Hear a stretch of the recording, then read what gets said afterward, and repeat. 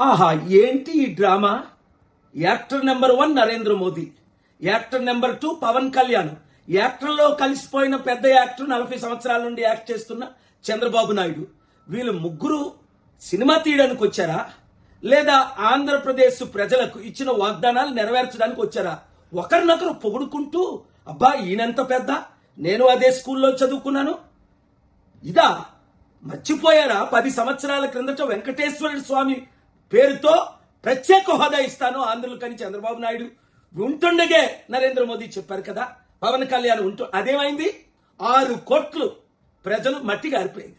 అప్పుడేమో మట్టి తీసుకొచ్చారు, నీళ్లు తీసుకొచ్చారు, ఇప్పుడేమో రిమోట్ కంట్రోల్ తీసుకొచ్చారు ఏదో చేసినట్టు.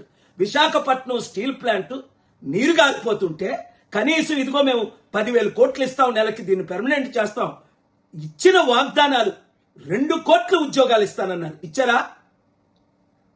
ప్రత్యేక హోదా ఇస్తామన్నారు, ఇచ్చారా? స్టీల్ ప్లాంట్ అమ్మవన్నది ఇప్పుడు అమ్మడం లేదా? మనందరినీ ఇలా మోసం చేస్తుంటే దేన్ని బట్టి చప్పట్లు కొడుతున్నారు? బాగా మమ్మల్ని మోసం చేశారు, మేమందరం మోసపోయామనా? ఆంధ్రులారా, వీళ్ళందరూ ఒకటే, వీళ్ళందరూ తోడు దొంగలే, వీళ్ళందరూ మోసగాలే. ఈ వీడియో అందరికీ షేర్ చేయండి.